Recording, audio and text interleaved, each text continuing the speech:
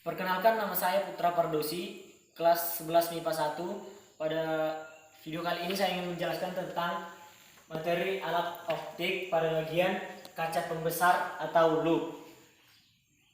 Yang pertama, fungsi loop. Fungsi loop itu yaitu untuk melihat celah-celah supaya ukuran yang terlihat bisa lebih besar dari ukuran aslinya. Kemudian, kenapa suatu benda bisa terlihat lebih besar 2 kali kecil di mata kita, yaitu itu tergantung pada sudut yang dibentuk benda itu di mata kita.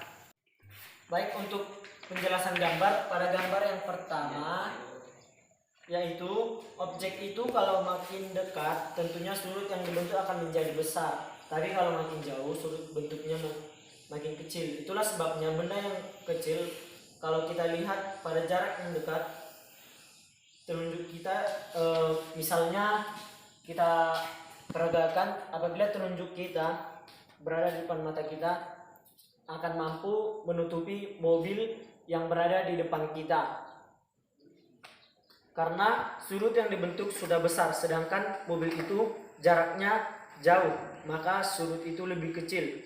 Nah, ketika kita melihat menggunakan loop, kita akan menempatkan objek lebih kecil daripada titik fokus loop tersebut, yang akan mengakibatkan lensa loop tersebut akan membentuk.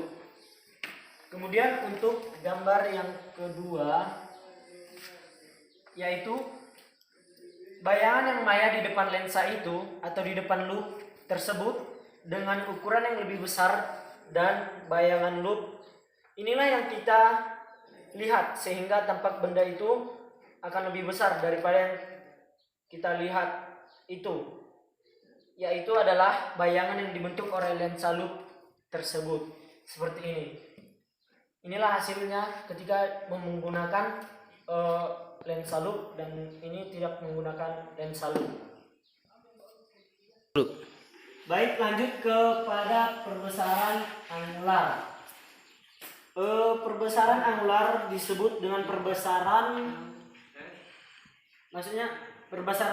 angular, yaitu perbandingan antara sudut yang dibentuk oleh objek ketika memakai loop atau kaca pembesar dengan sudut yang dibentuk oleh objek yang ditempatkan di titik dekat mata tanpa menggunakan loop atau kaca pembesar.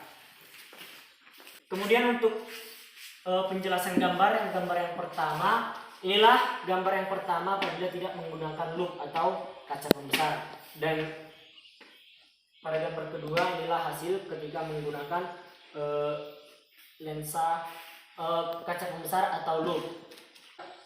Kemudian dapat kita simpulkan M sama dengan theta 0, yang pertama itu theta per theta 0 sama dengan tangen theta per tangen theta 0, atau M sama dengan H per S per H per Sn. Nah, boleh juga kita sederhanakan lagi. H yang sama bisa kita matikan. Jadi hasilnya N sama dengan delta per delta 0 sama dengan tangen delta per tangen delta 0 sama dengan S per Sn. Oke, baik, sampai di situ saja. Oke, lanjut. Nah, bagaimana jika matanya berakomodasi maksimum? Nah, apabila mata berakomodasi maksimum, berarti mata melihat bayangan itu pada titik besarnya. Atau bisa kita tuliskan S advent sama dengan Sn. Nah, maka kita lihat dari perhitungannya, 1 per S ditambah 1 per S sama dengan 1 per F. Di mana S ini disebut atau adalah S adalah jarak benda ke lensa. Kemudian S aksen adalah jarak bayangan ke lensa. Ketika mata berakomodasi maksimum, itu berarti mata kita menginginkan S aksen sama dengan SN, sehingga kita bisa menggunakan S aksen menjadi SN atau setepatnya menjadi min.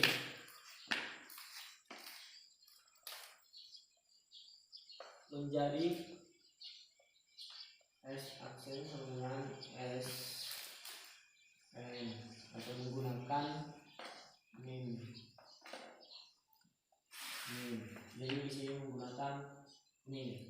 Jadi kita baca 1 per S sama dengan 1 per F sama dengan 1 per min SN. Atau 1 per S itu seperti ini. 1 per S sama dengan SN ditambah F per F SN.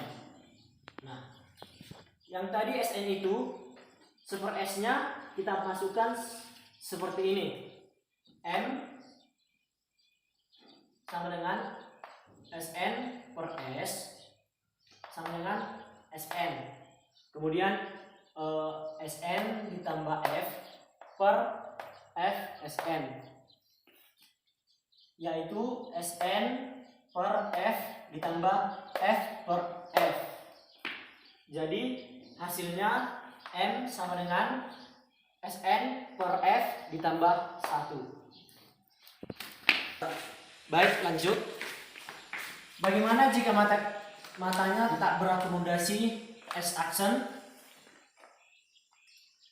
Apabila mata tak berakomodasi, yaitu berarti bahwa bayangan yang dibentuk loop atau kaca pembesar ini mestilah ada jarak jauh tak hingga, sehingga kita bisa menuliskannya 1 per S ditambah 1 per S sama dengan 1 per F. Berarti 1 per S ditambah 1 per tak hingga sama dengan 1 per F. Maka akan menghasilkan 1 per S ditambah 0 sama dengan 1 per F. Kemudian 1 per S sama dengan 1 per F. Maka pembesaran pada mata tak berakomodasi yaitu M sama dengan S per M, dan menghasilkan M sama dengan S per SN per F, di mana F adalah fokus loop tersebut. Terima kasih. Sekian dari video yang dapat saya sampaikan. Semoga bermanfaat.